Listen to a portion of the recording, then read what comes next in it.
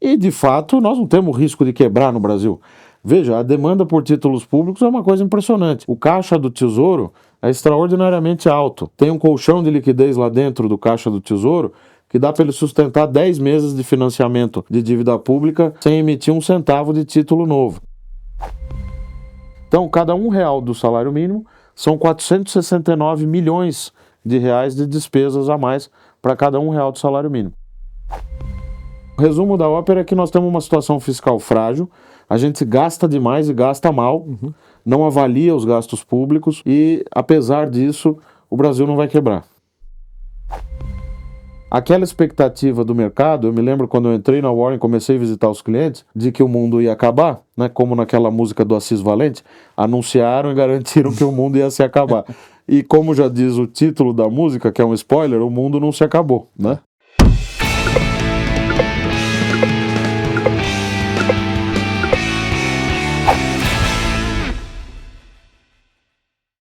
Bom dia, boa tarde, boa noite. Estamos aqui para mais um Café com Quineia e dessa vez a gente vai estar estendendo aquele assunto que a gente já escreveu no Quineia Insights Frankenstein. O que a gente vai estar falando aqui, gente? A gente vai estar falando do fiscal brasileiro e vai estar entrando em vários assuntos, tá? A gente vai estar entrando no assunto das despesas obrigatórias, vai estar entrando na reforma do IVA, vai estar entrando na interação entre Congresso e o Ministério da Fazenda e o presidente Lula. Que soluções existem? Qual o tamanho real do problema fiscal brasileiro e que soluções existem?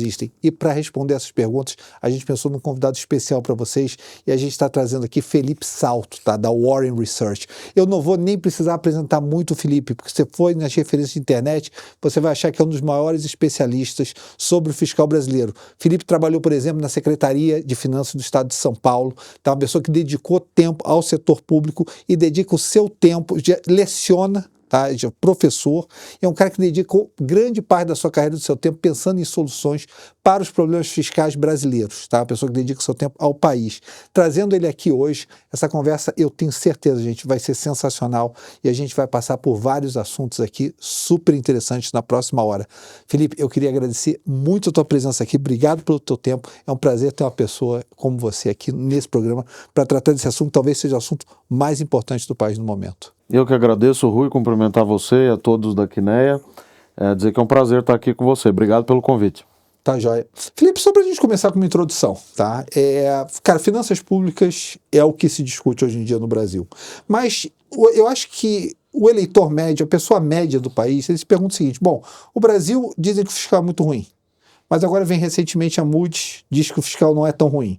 E uma das coisas que apareceu até nesse relatório da Moody's foi: o Brasil pode ser ruim, mas não é tão ruim em comparação com seus pares. O quão realmente, como, lato sensu, se você pudesse descrever o fiscal brasileiro, qual é a sua impressão assim, primordial do fiscal brasileiro?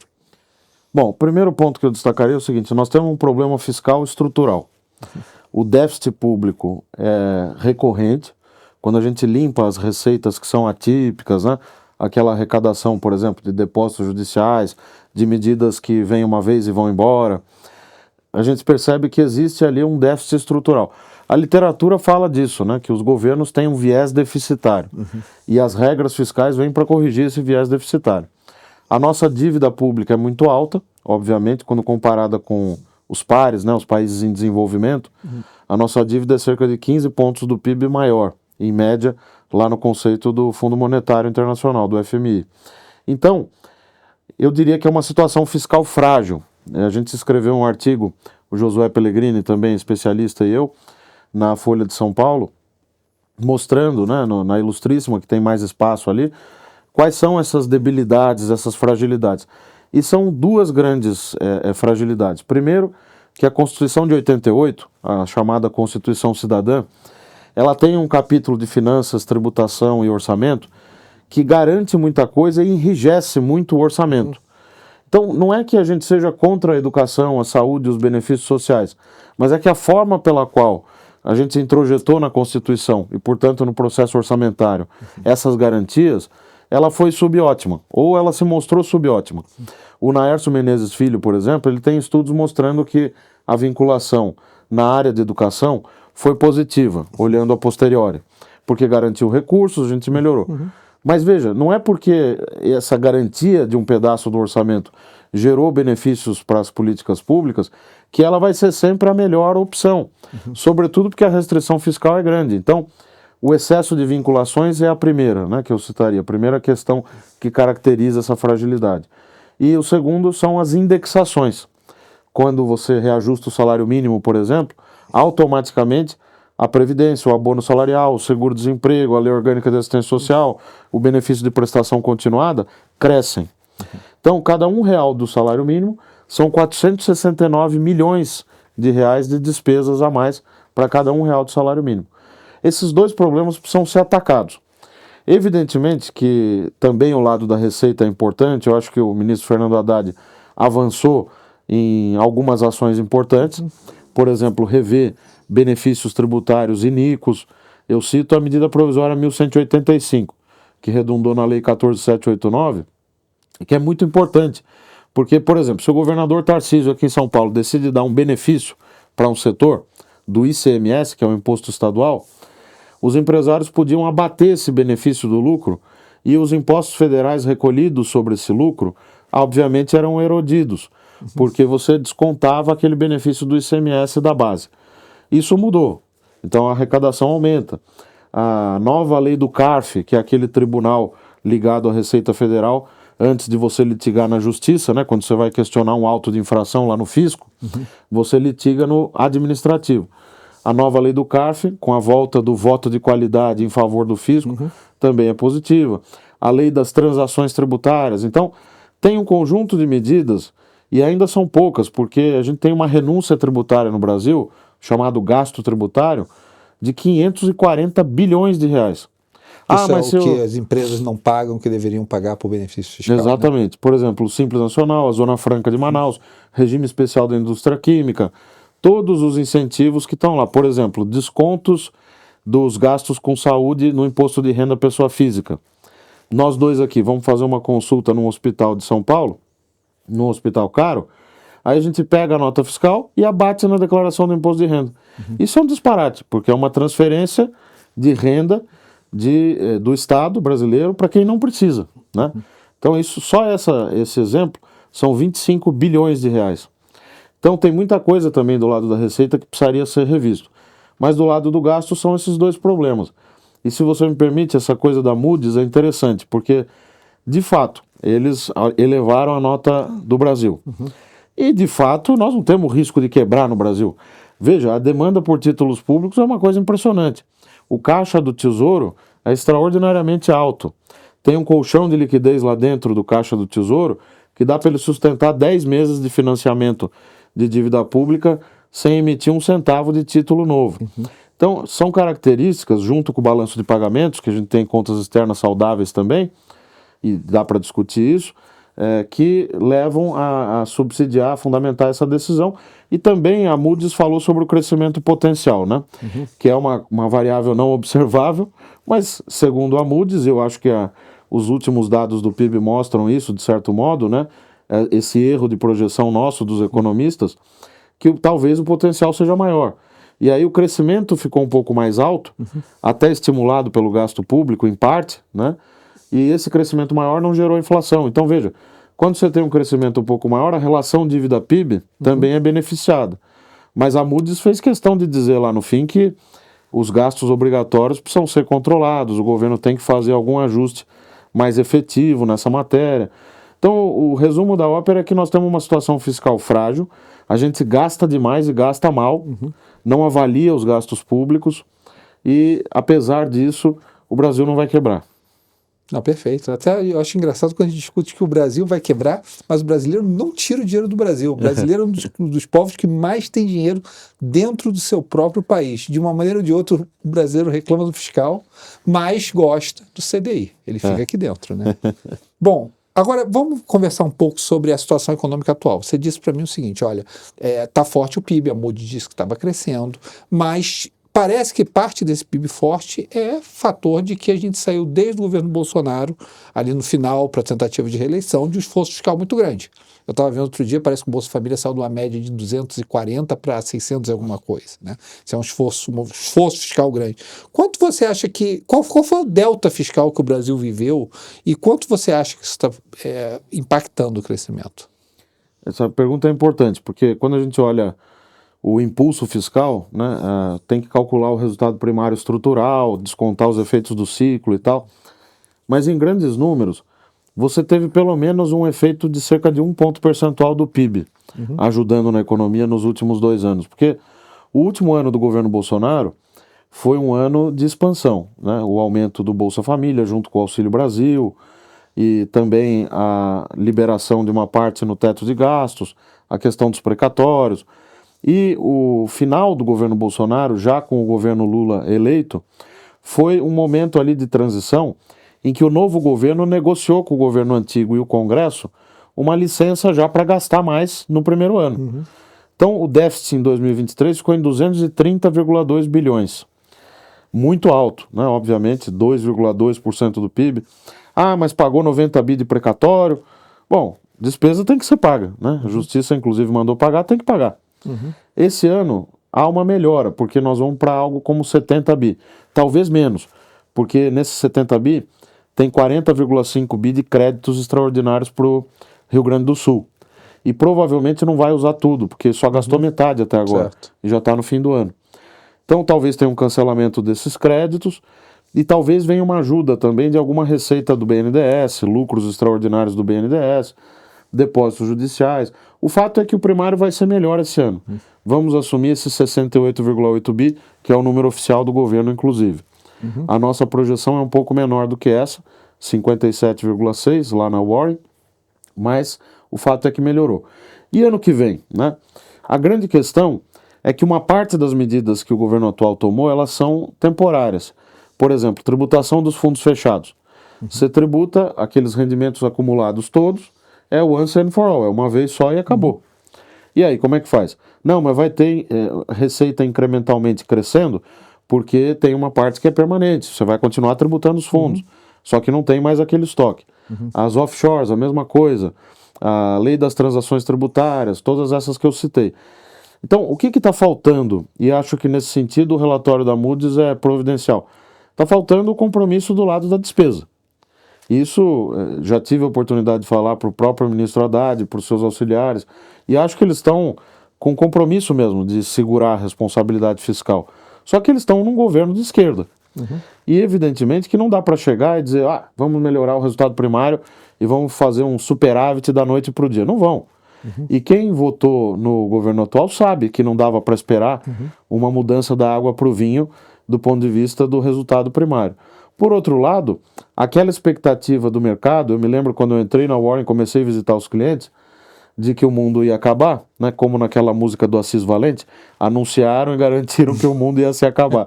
E como já diz o título da música, que é um spoiler, o mundo não se acabou, né? Igual aquela frase do Mark Twain, né? Notícias da minha morte foram grandemente exageradas. Exato, exatamente. Então, o ponto eu acho que é o seguinte, nós não estamos num quadro de insolvência, o Haddad conseguiu vencer do ponto de vista de aprovar uma regra fiscal, muitos criticam, né? Meu amigo Marcos Mendes, Marcos Lisboa também, mas veja, nem só de regras vive o quadro fiscal, você precisa do commitment, o compromisso político em torno da regra, porque a gente é bom de redigir uma lei. Você vai ver a lei do arcabouço fiscal, lei complementar 200, é uma maravilha. Tem plano B, tem gatilho, tem até a sustentabilidade da dívida ali, que no 10º ano, no máximo, a sustentabilidade tem que ser alcançada, né? Porque para quem está nos ouvindo, o fundamental é você ter uma dívida que em relação ao PIB não cresça, né? E aí tá ótimo, dívida é coisa boa, desde que você seja bom pagador, que a sua capacidade de pagamento faça jus ao que você está precisando para financiar suas políticas públicas, além da carga tributária. Então é um quadro que parece até paradoxal, mas de um lado a gente não tem essa crise de solvência iminente, como alguns acham que tem, não vejo isso, e de outro, você tem sim um problema fiscal que precisa ser endereçado, a qualidade do gasto, é o tamanho da despesa também, porque veja as emendas parlamentares, elas explodiram. A emenda parlamentar era menos de 1% da despesa que a gente chama de discricionária, que é aquela não obrigatória. Certo. Né? Hoje é 25%, 24,2% para ser mais exato. Então há algo de errado no reino da Dinamarca, né? Não, com certeza. E quando você fala da questão da solvência, porque a situação do Brasil hoje é interessante, né? Porque a gente não teoricamente, vamos dizer, fechamento de 2024, a gente vai fechar com um déficit primário muito pequeno, tá quase zero ali, nos grandes números, né? Aí você pega o crescimento, está rodando na casa de 3% hoje em dia. Então, só por crescimento e déficit primário, a nossa dívida PIB não cresceria. Mas daí você paga um juro real que é maior do que o crescimento do país e, por consequência, o crescimento real 3, o juro real maior que o crescimento, a dívida continua crescendo e algumas projeções aí você olha, sei lá, você pode ter 12 pontos percentuais de crescimento de despesa, de dívida PIB no governo Lula. Como é que você vê essa questão? Quando que isso vira um problema para o Brasil? A gente não quebra hoje, mas quando isso vira um problema para o Brasil? Excelente pergunta, porque quando a gente faz as projeções de dívida, nós estamos nos aproximando dos 80% do PIB. E a nossa projeção indica que até 2033 nós vamos para 94,5%. Então, é uma senhora dívida pública, né? Mas ela cresce a taxas decrescentes.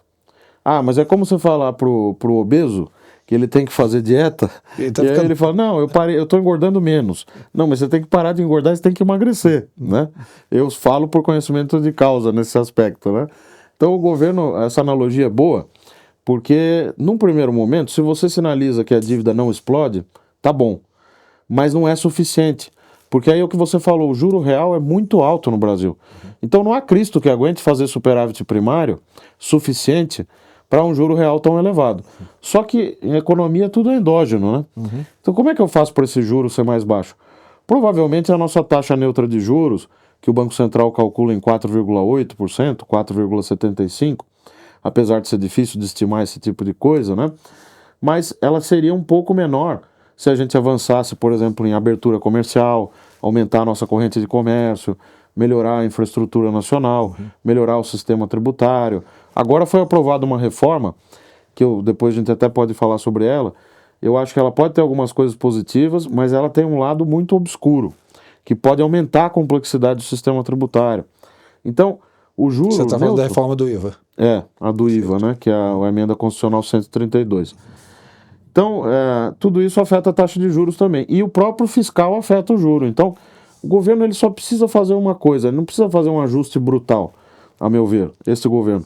Ele pode fazer alguns anúncios que indiquem efetivo compromisso nessa direção do controle da despesa. Por exemplo, abono salarial. É um benefício social que muitos que estão nos vendo nem sabem que existe. Vai para quem está empregado. Será que é justo um país que tem um nível de extrema pobreza ainda tão alto bancar um programa de abono salarial nesse aspecto, com essa conformação, que vai para quem está empregado? Ah, mas não dá para acabar com isso da noite para o dia. Então, reduz pela metade. Quando você pega metade e manda para o Bolsa Família, a outra metade você faz resultado primário. Fundeb, que é o Fundo da Educação, aprovaram alguns anos atrás um aumento da contribuição da União para o Fundeb. O que é o Fundeb? É um conjunto de recursos que os estados colocam lá e a União coloca 10% disso em cima. Esse 10% começou a subir por conta dessa mudança na Constituição. E vai parar em mais de 20%. Né? Veja, não vai ser possível sustentar essa evolução sem espremer ainda mais o investimento público. O investimento do governo federal já está em menos de 50 bi, se considerar tudo. Investimento bom ou investimento ruim. E uma parte das emendas ainda. E daqui a pouco ele vai a zero. Né? Então é preciso uma reforma orçamentária. A nossa Lei Geral de Finanças Públicas vem lá do governo João Goulart, a Lei 4.320. E nós vamos enfiando regrinhas de comportamento das despesas, de classificação de gastos, de regras fiscais mesmo, na LDO, que era para ser uma lei de diretrizes orçamentárias, como diz o nome, para preparar o orçamento. Hoje a LDO tem 150 artigos. Então, essa questão da reforma orçamentária precisa ser atacada. E retomar o planejamento também. Porque lá na Constituição de 88 foi criada essa lógica, né, da LDO, da Lei Orçamentária Anual e do PPA, o Plano Plurianual. Esse último não serve hoje para absolutamente nada. São rios de tinta escritos, com metas físicas detalhadas do posto de saúde que vai ser feito, etc. Só que é um plano que vai sendo ajustado de acordo com as necessidades anuais da Lei Orçamentária Anual. Então, e ele não é binding também, ele não é restritivo, porque a discussão da partilha do bolo arrecadado se dá lá no orçamento, na LOA, e não no PPA. Então, é um conjunto de matérias nessa área fiscal orçamentária que eu acho que nós tínhamos que atacar para ter uma melhora permanente. E aí sim a taxa de juros poderia ser permanentemente mais baixa e a vida do governo ficaria mais fácil para equilibrar a dívida PIB, né? Interessante, tocando nesse ponto, até voltando até para o relatório da Moody's, que reclamou justamente da rigidez orçamentária, né? Hoje, mais ou menos, é o que? 90% das despesas são obrigatórias? A gente calcula 93,6%. 90%. Então, mais dos 7, quanto é do Congresso via o chamado orçamento, o ex-orçamento secreto? Quanto é do Congresso dessas 7? Metade, porque metade. 93,6% é obrigatório, aí sobra 6,4%. Esse 6,4 supostamente é a despesa que a gente chama de discricionária. Aí ela está mais ou menos em 210 bi. Aí você tem um quarto desse 210 bi, que é 50 bi, que está com o Congresso. E vai aumentar. Para o ano que vem, que já saiu a proposta orçamentária, o Congresso ainda não aprovou. Mas de cara já saiu com 40 bi. O nome bonito é reserva de contingência, que o governo coloca lá no PELOA, né, que é o Projeto de Lei Orçamentária Anual. Para quê? Para falar, ó, Congresso, vocês têm 40 bi aí para brincar, né? Mas eles não se satisfazem com isso, eles aumentam esse valor quando tramita no Congresso. Certo. Então o que sobra para o governo realmente é muito pouco. Muito. Daí você tem dois caminhos, né? Um caminho é que você precisa do Congresso, que é atacar as obrigatórias. Até onde eu entendo, você não consegue atacar as obrigatórias sem o Congresso agir de uma maneira ou de outra. O outro caminho é aumentar a receita. Isso. São esses dois caminhos. Daí a gente vai para o caminho de aumentar a receita. Eu gostaria até de saber a sua opinião. Porque o que eu vejo do meu lado é que tinha movimentos para aumentar a receita que não seriam nem tão impopulares. Por exemplo, juros sobre capital próprio. Ou tributação de dividendos. Tá? Que não, eu estou dizendo não é impopular porque não afeta a base eleitoral, principalmente. Tá? Afeta empresas Sim. e pessoas ricas. Mas o Congresso não deu isso para o governo. É. Né? O que está acontecendo nessa negociação que as receitas não conseguem mais subir? Você fez um bom diagnóstico, porque uma coisa é o povo, né? Se você perguntar para o povão, o que ele vai dizer? Não, eu quero os meus benefícios sociais, quero minha previdência garantida, quero meus direitos trabalhistas, uma série de coisas que são direitos coletivos e tal, e que são importantes. Agora, o Congresso, aí vem os lobbies, né? Se você tenta mexer no juro sobre capital próprio, é impressionante a quantidade de parlamentares que dá um pulo dessa altura, porque as empresas vão para cima. Então, o juro sobre capital próprio, ele foi criado para você equiparar o custo de tomar capital de terceiros do custo ou da remuneração que você dá para o capital reinvestido. Tem uma lógica, né? Agora, eu vou aumentar a tributação sobre isso? Eu acho que faz sentido. Aumentar de 15 para 20, por exemplo, daria uma boa receita. Por que não passa no Congresso? Porque aí o Congresso, ele precisa de voto para se reeleger, o parlamentar individualmente, mas ele também quer atender aos lobbies, né? E aí, sem conotação negativa a palavra lobby, é preciso entender que a política funciona assim, essas pressões. E é no mundo inteiro, nos Estados Unidos é até legalizado que você faça isso. E a questão é que você precisa então ter uma liderança à altura para dizer, não, vamos arbitrar isso aqui não, isso aqui sim. E é isso que está faltando, porque veja a desoneração da Folha, por exemplo. Desoneração da Folha veio lá do governo Dilma. Era para ser temporário, veja, já se vão anos e anos. Aí o que acontece? O Congresso resolve não respeitar o encerramento, prorroga. Aprova uma lei para prorrogar os efeitos. Inclusive contrariando a Constituição, porque o governo Bolsonaro, com o ministro Paulo Guedes, aprovou uma reforma da Previdência que diz explicitamente que, exceto até o prazo que já estava definido, você não pode mais ter contribuição sobre faturamento. Só pode a contribuição sobre a folha. Então era para acabar agora, em 2023. Não era para ter mais a desoneração e o regime baseado na contribuição sobre faturamento. Bom, o que o presidente Lula fez? Vetou. Ele tem o direito de fazer isso. E o Congresso, nós estamos numa democracia, apreciou o veto e derrubou o veto. Aí o Supremo entrou na história, porque a Fazenda foi ao Supremo e falou, olha, o Congresso aprovou uma medida que não tem o custo, ninguém sabe quanto vai custar, e pior, não tem compensação. Nós temos no Brasil uma lei de responsabilidade fiscal que no artigo 14 diz explicitamente que você tem que compensar qualquer medida que seja feita com renúncia tributária, que é o caso, né, da desoneração. E a Constituição também, e isso a gente deve aos formuladores do antigo teto de gastos, da emenda 95 de 2016 do governo Temer, que tem um dispositivo que sobreviveu, o teto foi substituído pelo novo arcabouço fiscal, mas esse dispositivo sobreviveu. Na Constituição, que toda medida com impacto fiscal tem que ter a explicitação do custo, para que se possa apreciar essa medida à luz de todas as informações. E o Supremo deu uma decisão, portanto, falando o seguinte: olha, vocês se virem, legislativo e executivo, encontrem a compensação. Essa novela não terminou até agora, né? Nós estamos já no final do ano e o executivo e o legislativo ainda não conseguiram equacionar tudo isso. Por que eu dei esse exemplo e gastei tanto tempo nisso? Porque essa desoneração é um exemplo claro de uma medida que, se você for perguntar nas ruas, todo mundo vai falar: pode acabar com isso e aumentar o Bolsa Família com esse dinheiro, por exemplo.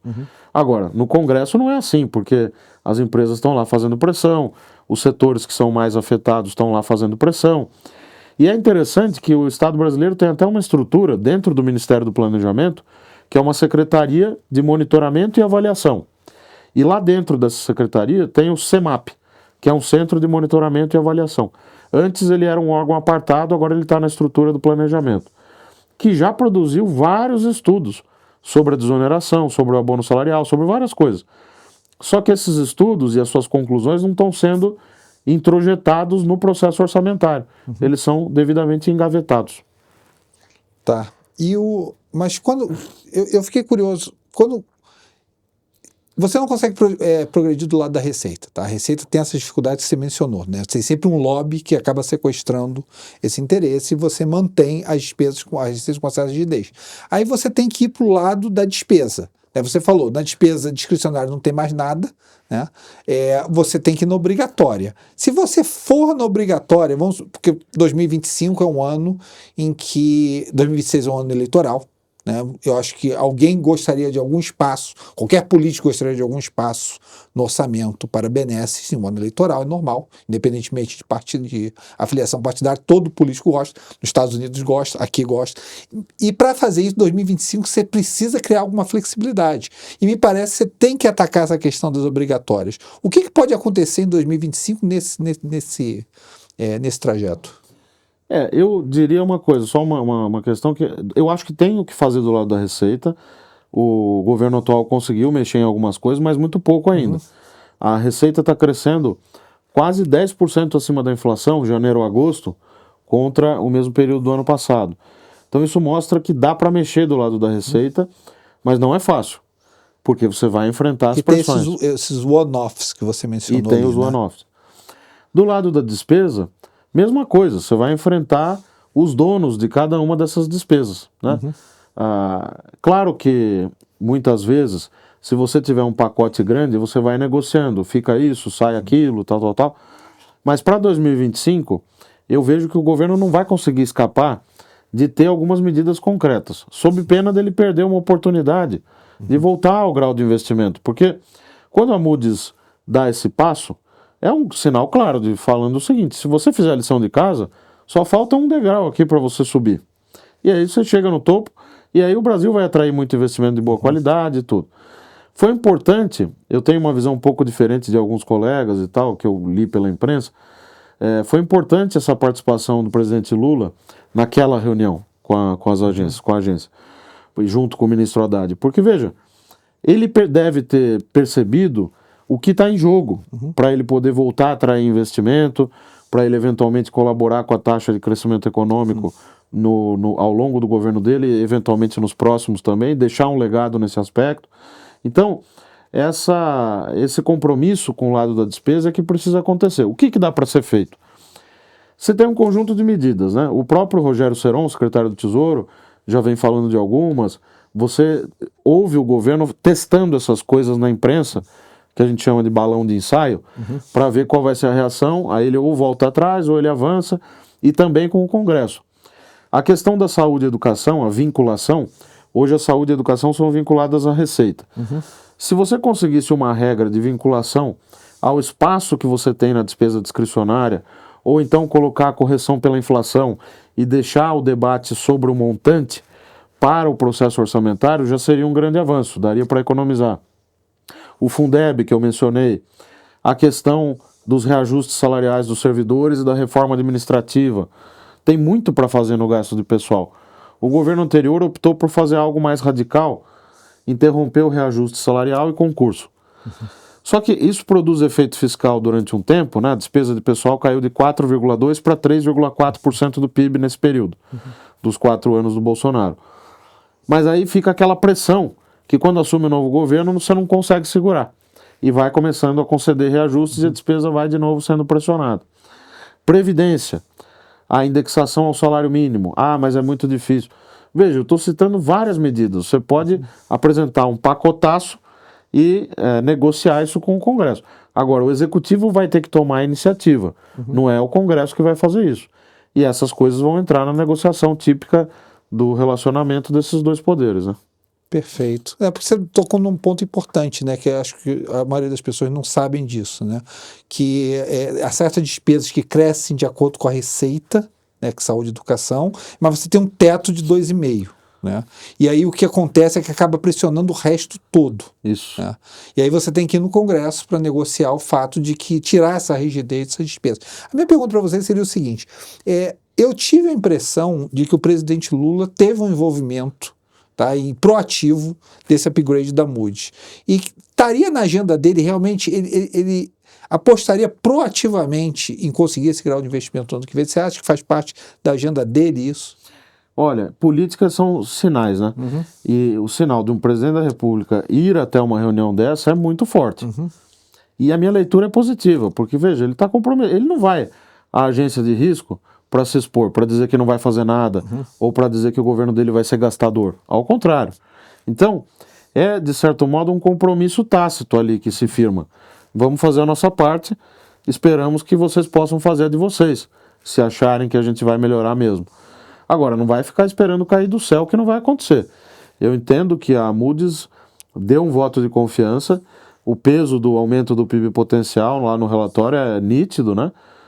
Há que se discutir também o que fez esse aumento acontecer, mas o fato é que estamos crescendo mais e isso ajuda a dívida PIB.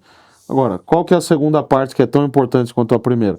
Façam o dever de casa, cortem as despesas, reduzam a rigidez orçamentária, convençam o Congresso de fazer isso. Senão, nada feito, senão vocês não vão passar para a categoria de ter o selo de um país que é bom para se trazer dinheiro.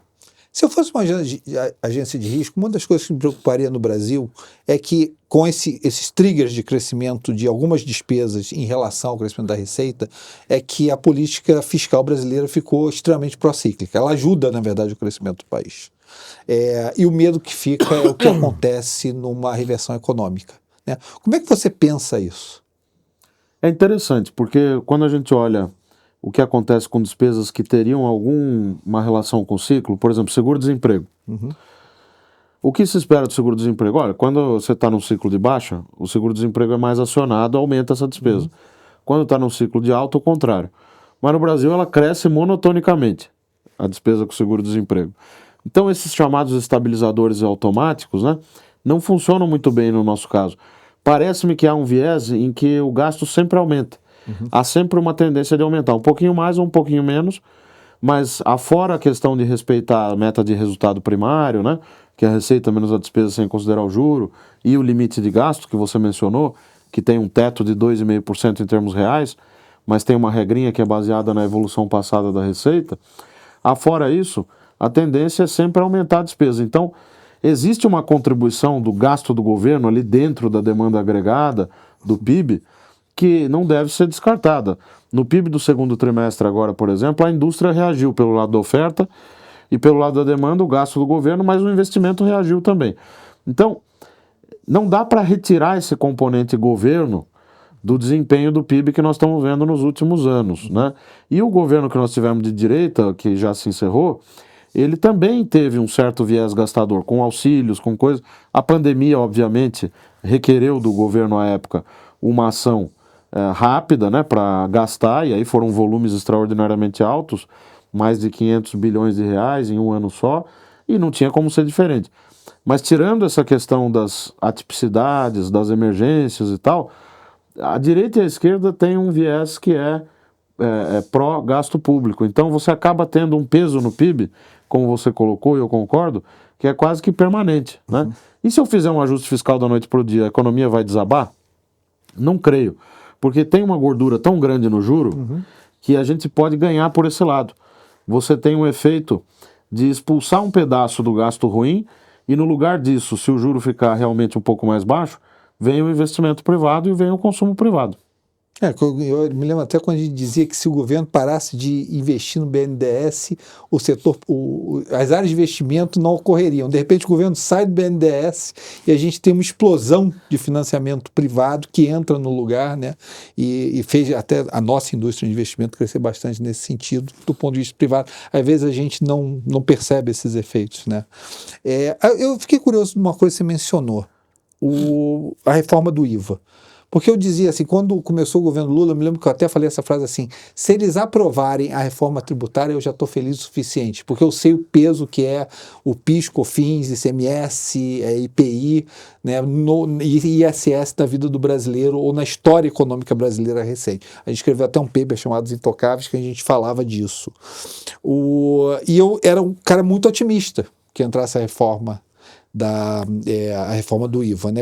Mas você colocou alguns pontos aí.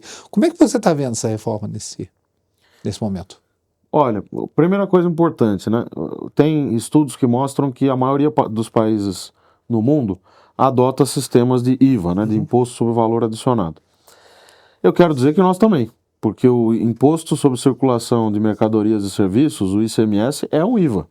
É um sistema de créditos e débitos. Se eu produzo esse copo de água aqui, o insumo que eu consumo para produzir o copo gera crédito, esse crédito é abatido do imposto devido na etapa seguinte. Funciona assim hoje. É um sistema de débitos e créditos. Qual que é o problema?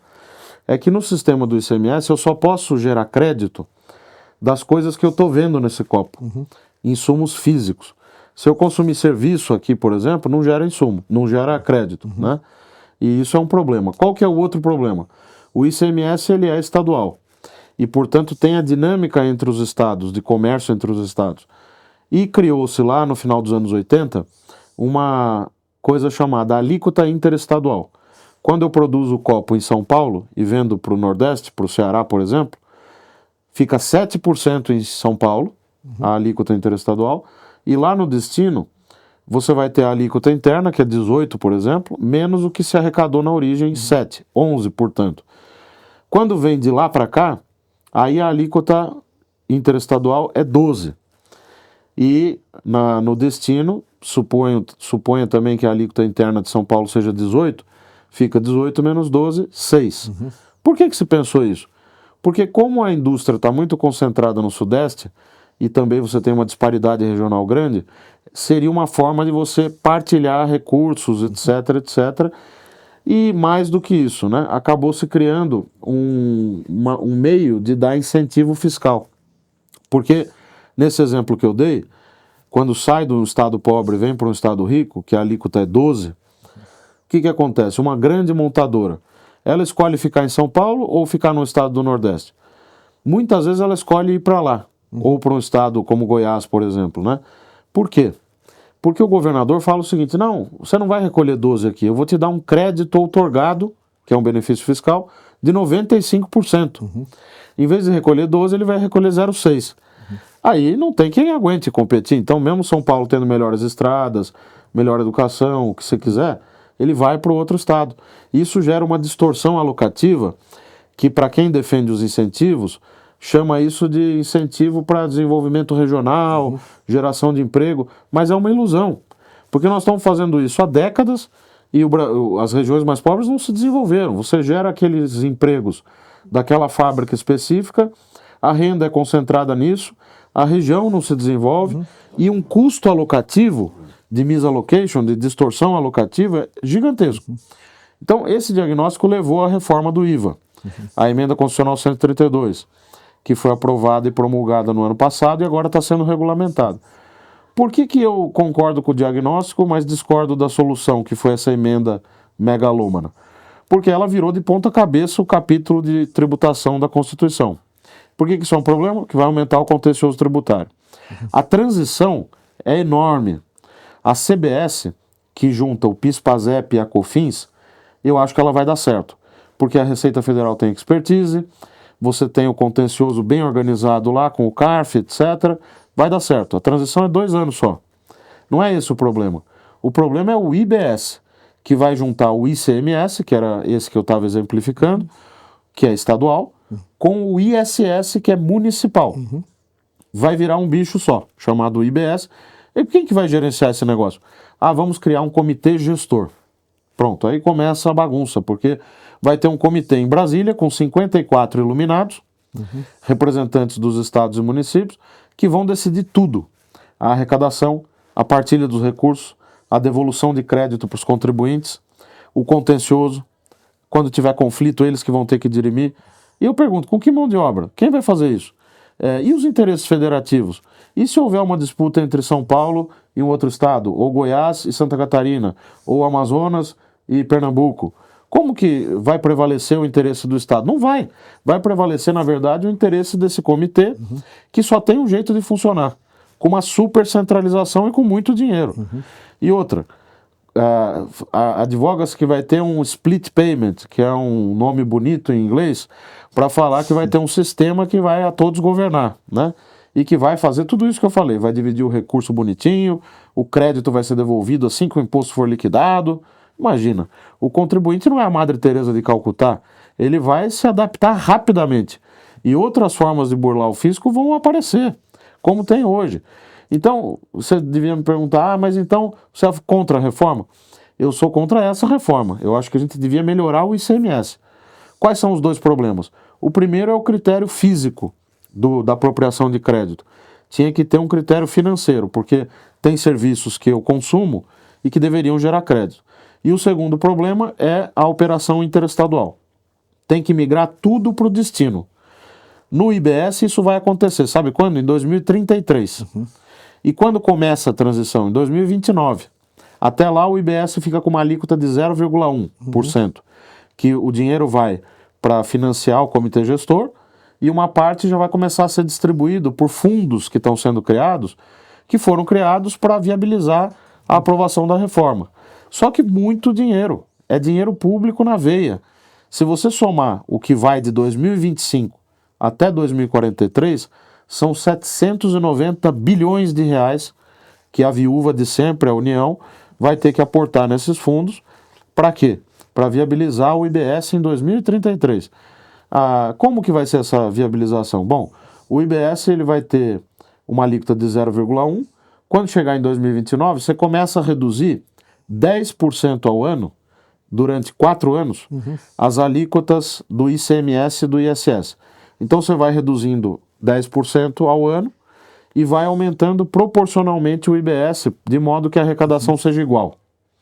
Quando chegar em dezembro de 32, nós vamos ter o ICMS com uma alíquota, ou com todas as suas alíquotas, correspondendo a 60% do que elas são hoje, então ele ainda vai ser gigantesco, e o IBS vai ter uma alíquota correspondente a esses 40% que foram reduzidos na alíquota dos impostos antigos, né? O IBS. Qual que é o problema disso? É que primeiro que nós vamos conviver com dois sistemas durante muito tempo, uma década ainda, né? Então o contencioso vai aumentar, toda a redação daquela Constituição, daquela emenda constitucional e das leis complementares que estão sendo votadas vão gerar um sem número de demandas. É a festa da cocada para os advogados tributaristas. A profissão do futuro aqui no Brasil é advogado tributarista, isso já não era antes, né? Porque o que vai ter de possibilidade de questionar esses novos dispositivos e princípios que foram introduzidos não está no gibi. Então, quando chegar lá em 32, o que algum gênio da raça vai fazer? Vai dizer, não, olha, os incentivos a gente ainda precisa, o ICMS ainda é importante.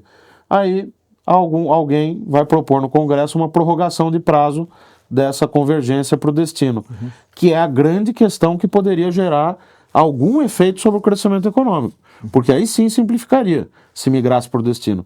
Então a minha crítica basicamente tem duas naturezas. A primeira é uma questão federativa e de governança que tem a ver com o comitê gestor. E a segunda é de incentivo perverso que foi embutido nessa proposta de IBS, que não vai acontecer nunca. Eu entendo que 2027 vai ter uma contrarreforma. Ou a CBS vai funcionar tão bem que vai engolir o IBS, o que também vai precisar de mudança constitucional para acontecer. Bom, interessante. Pelo menos para os pais que estão em dúvidas do que os filhos devem fazer na próxima década, né? Com toda essa mudança da inteligência artificial, está aí uma profissão no Brasil, advogado tributarista. Eu devo dizer, eu tinha muita esperança nessa reforma, eu fico até triste de ouvir essa... Eu entendo exatamente os seus pontos, eu fico realmente triste. Como brasileiro, eu fico triste, eu espero que a gente encontre uma solução nos próximos anos. Quando a gente pensa no gasto de modo geral, uma coisa que surpreendeu muito foi a questão de gastos como Previdência, né, e os auxílios diretos que explodiram recentemente, né? A gente fez uma reforma da Previdência recentemente e a gente olha o que aconteceu, a gente já está discutindo, pode ter que ter outra reforma da Previdência. E os gastos, por exemplo, com invalidez também explodiram no Brasil. O que está acontecendo ali, Felipe?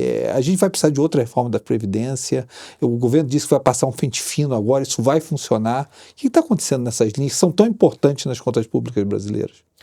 Olha, eu quando era diretor executivo lá da Instituição Fiscal Independente, a IFE do Senado, eu tive a oportunidade de trabalhar com o senador Tasso Gereissati, que era o relator da reforma. E nós fazíamos as contas para falar, se a idade mínima for de tanto e não de tanto, para homem, para mulher, qual o efeito, né, e tal. Porque o ministro Paulo Guedes, nisso acho que ele acertou bastante, ele divulgou logo de cara uma conta. Ele falou, vai ter um efeito de 1 trilhão em 10 anos.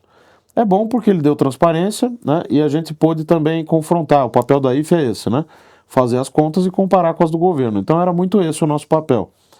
Quando foi aprovada, e ela foi em parte desidratada, por exemplo, a parte dos militares, por exemplo, a parte rural, outro exemplo, a correção da idade mínima pela evolução da sobrevida, né? Porque nós estamos ficando mais velhos.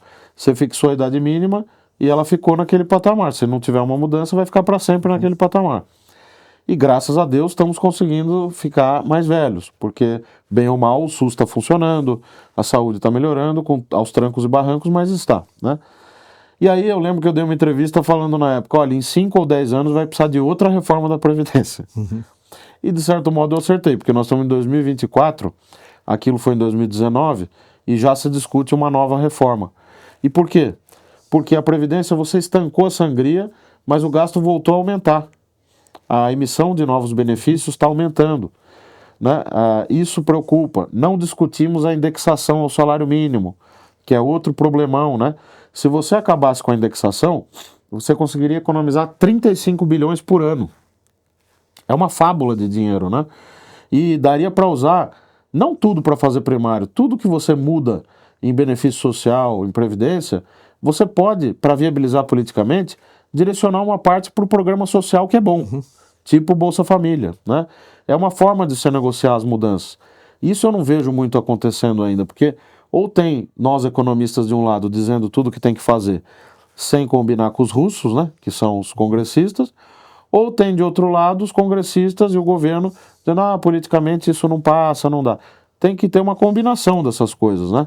Aquilo que os economistas recomendam e os especialistas, né, o Fábio Jambiagio, por exemplo, e o Paulo Tafner, têm feito muitos estudos importantes sobre previdência e tal, o receituário está todo ali. E, ao mesmo tempo, você olha para o Congresso e não vê disposição de discutir tudo isso.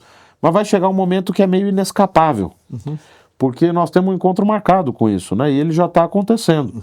Nós vamos querer crescer mais e passar a ser um país que faça parte do clube dos ricos, ou nós vamos querer continuar na mediocridade da armadilha da renda média, em que a gente cresce muito pouco, e aí, claro, os ricos desse país que cresce muito pouco estão sempre bem, mas a classe média e os mais pobres estão sempre mal.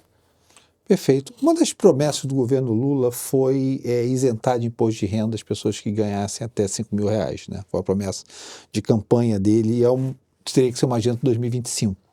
Né? Eu não sei se estou com o dado certo, mas parece que 85% dos brasileiros ganham até R$5.000. Então, passar isso significaria que 85% dos brasileiros não pagariam imposto de renda, que logicamente é uma proposta para a base eleitoral muito forte, vamos colocar dessa maneira.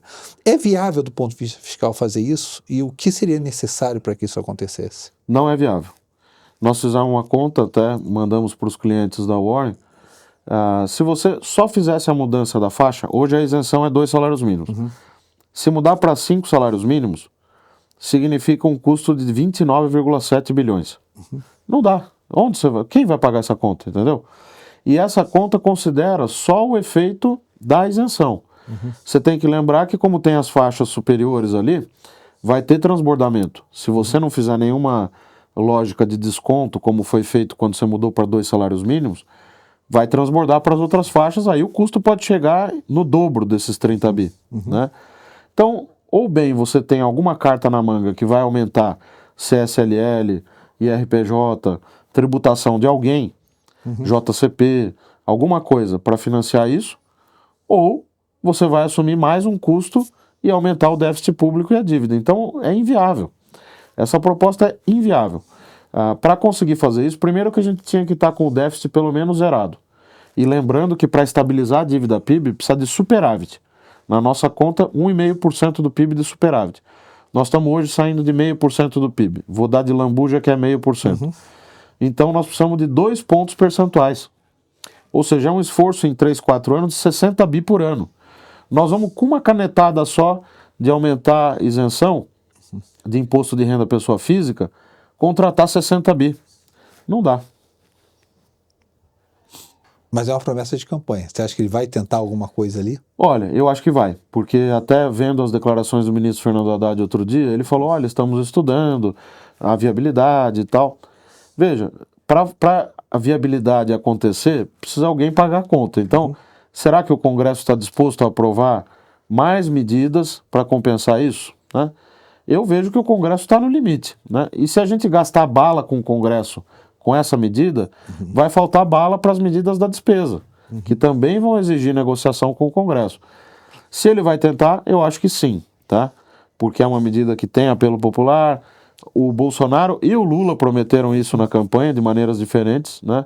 Então você vê que a esquerda e a direita são 2 retas paralelas que se encontram no infinito, né? Perfeito. Marcos Lisboa fala muito isso hoje em dia, né? Que virou uma coisa apartidária aumentar a despesa pública brasileira. Sim. Aí a gente chega na seguinte situação. Não, antes disso, na verdade, eu queria conversar com você sobre a sua experiência no estado de São Paulo. Né? Você foi secretário de Finanças do estado de São Paulo. E eu queria saber o seguinte, eu queria saber como você vê as finanças públicas de São Paulo hoje, né? O que você conseguiu, né, implementar ali e o que o tempo não foi possível, mas você gostaria de ter feito. Olha, foi a experiência mais fascinante da minha vida. Só faltava eu dormir lá de tanto que eu gostava. E apesar de ter sido pouco tempo, né? Menos de 1 ano. Mas tinha o respaldo do governador e tinha uma equipe fantástica. Isso eu dou sempre testemunho, né? Os auditores fiscais de São Paulo, às vezes a sociedade tem uma visão ruim dos auditores. Fiscal, do ICMS, né? Mas são pessoas brilhantes, assim, em geral. Muito bem formados, têm uma experiência enorme e ajudam muito na tomada de decisão. Então, era um ambiente em que eu olhava para baixo e via só pessoas melhores do que eu no meu entorno. E isso é muito bom, porque você tem que tomar uma decisão difícil, você ouve o Rui, ouve fulano, Beltrano, e eles sabem mais do que você, e muitas vezes eles divergem, mas você ouve pessoas inteligentes e aí toma a melhor decisão possível. Ou subsidia o governador, no caso, para tomar uma decisão. Então esse contexto geral era muito bom, eu me adaptei muito bem lá, eles também acho que gostaram de mim, eu lembro que tinha uma demanda por reajuste salarial na época, e eu entrei no ano eleitoral. Aí o presidente do sindicato, Marco Chicarone, pediu uma reunião logo de cara, né? E a secretária veio me avisar, olha, o presidente do sindicato pediu reunião. Eu falei, não, pode marcar, eu vou receber, porque a única coisa que eu posso dar para eles é falar, receber, né? Dar atenção, que eu acho que é muito justo, né? Para servidores públicos que eles possam ter esse diálogo. E essa aproximação foi muito positiva. No final do mandato até conseguiu se negociar, já com o governador Tarcísio também, a mudança lá do teto do governador, que influenciava a carreira deles. Isso foi positivo e tal. Mas eu sei que eu consegui ter um clima muito bom lá. E aí, do ponto de vista prático, de decisões, né? Tinha uma agenda que, obviamente, era aquela agenda diária, que chega um monte de coisa para você despachar, porque tudo passa pela Secretaria da Fazenda, né? Então, por exemplo, concessões, os contratos de licitação, os comitês que o secretário tem que participar para decidir desestatização, fechamento de empresa, vários casos, né? E tem a parte tributária, que por si só toma um tempo enorme. 90% do tempo é o tributário, porque ele se desdobra. Tem uma parte mais política, que você tem que receber demandas de empresários, demandas de políticos. E a democracia é assim, você tem que ouvir, tem que receber. A maior parte é não, né? Mas você tem que ouvir e avaliar. E a outra parte tributária, que é mais Brasília, né? Então São Paulo teve na época aquela decisão do governo Bolsonaro de limitar a alíquota do ICMS de combustíveis, gasolina, por exemplo. São Paulo perdeu 1 bi por mês. A gente tinha uma alíquota de 25%, caiu da noite para o dia para 18%. 1 bilhão por mês. Então a gente tinha também essa participação no Supremo Tribunal, com os outros estados, no CONFAS, que é o colegiado que reúne os secretários e secretárias de Fazenda. Foi muito interessante, eu aprendi muito. E na agenda estruturante, o que eu consegui fazer? Eu queria muito introduzir um sistema de avaliação dos benefícios fiscais. Por quê? Porque eu percebia que tinha pedidos que chegavam muito rapidamente, pedidos que faziam sentido, outros que não faziam. E tinha pedidos que ficavam lá anos e anos. Eu falei, não, isso não acho isso republicano, entendo que tenha acontecido assim, na falta de regras e tal, mas nós vamos organizar isso aqui. Tinha 220 pedidos estocados. Eu falei, nós vamos fazer uma força-tarefa, vamos responder todos. Aí gerou uma reação, né? Não, mas como que nós vamos responder pedido antigo? Falei, vai responder tudo, nem que seja para falar não e o cara entrar de novo. Aí, em paralelo, eu atendia os novos pedidos também e avaliava.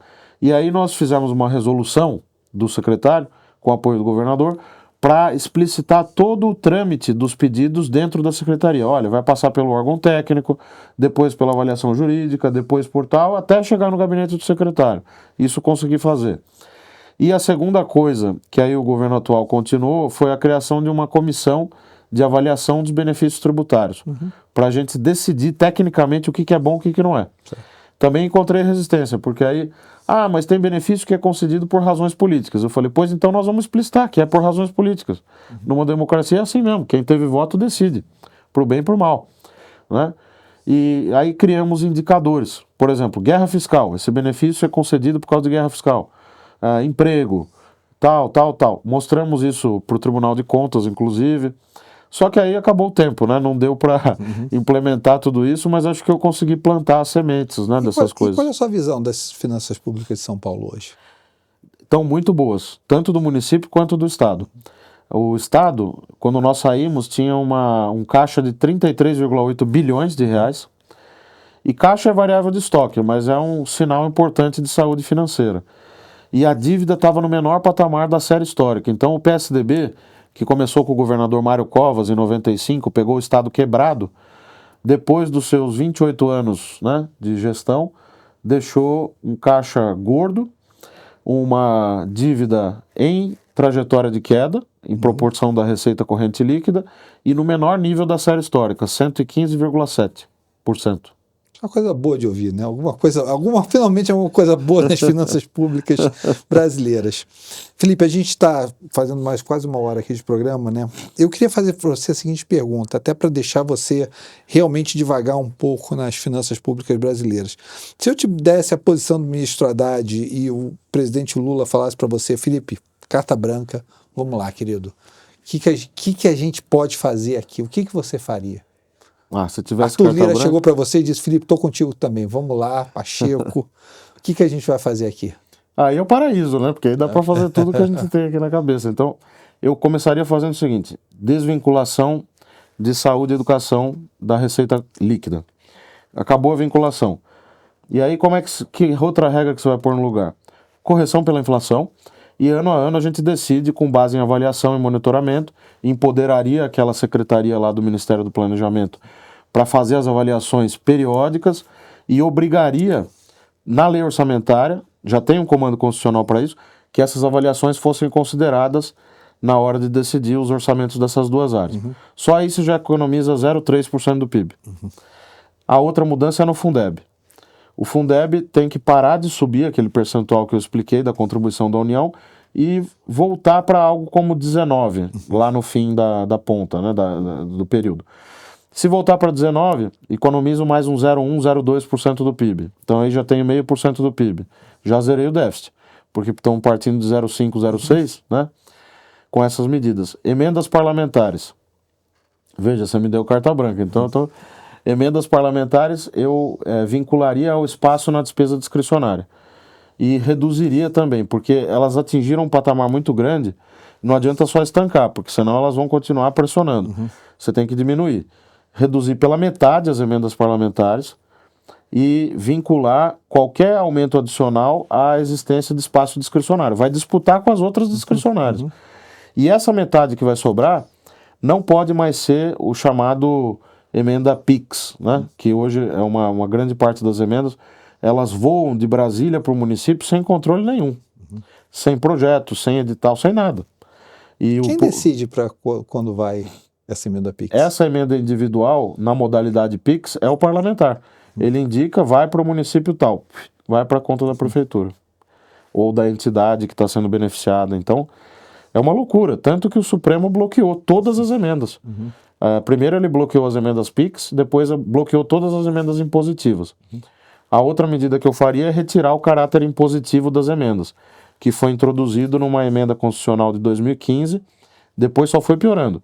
Carimbaram um percentual da receita corrente líquida também para as emendas, isso tem que acabar.